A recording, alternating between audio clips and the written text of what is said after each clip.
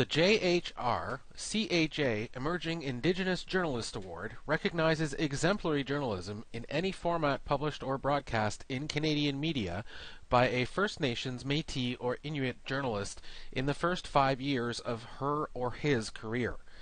There are 5 finalists in this category. The first finalist is Tamara Pimentel, Métis, whose portfolio included work she's completed while at APTN National News.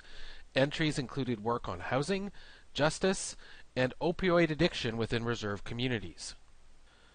The issue of opioid addiction is basically treating the pain that we have and the trauma that we've had over the last, century and a half from, colonialism, racism. Tailfeather says a low opioid prescription, like Tylenol 3s, could be a start to building a tolerance. When they reach a level where it's not working for them anymore, then they seek the more potent stuff like fentanyl and heroin from the street.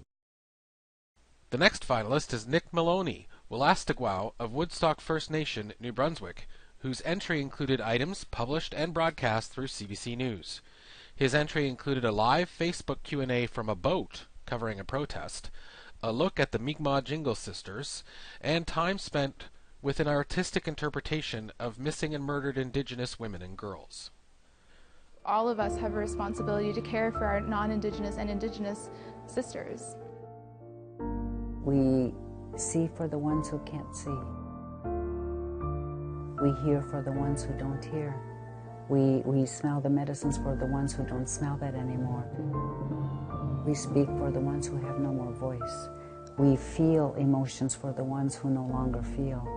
We stand and dance for the ones who no longer dance.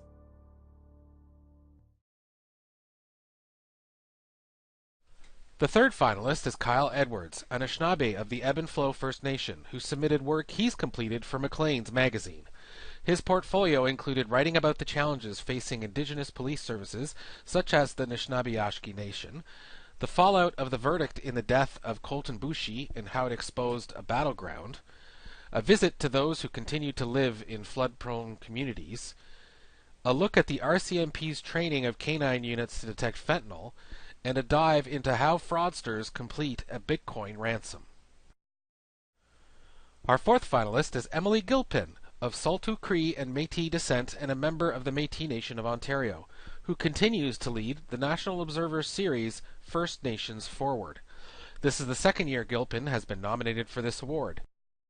This year's portfolio included conversations with Indigenous journalists, the rapprochement of Indigenous and Southeast Asian communities in BC, a feature on how the exoneration of Chilcotin chiefs included many learning opportunities, and 2 pieces showing Indigenous communities fighting for their rights. The final finalist for this award is Andrea Smith, Cree of the Métis Nation of Alberta, whose portfolio comprised work published by the Tyee. That included traveling into the U.S. to observe and participate in a buffalo hunt, looking into the status of the southern resident orcas, one woman's efforts to do what she can do to help her Indigenous sisters learn self-defense skills, how the corrections system continues to fail offenders, and a piece where she asked Indigenous leaders to comment on a Vancouver mayoral candidate's fall out of contention.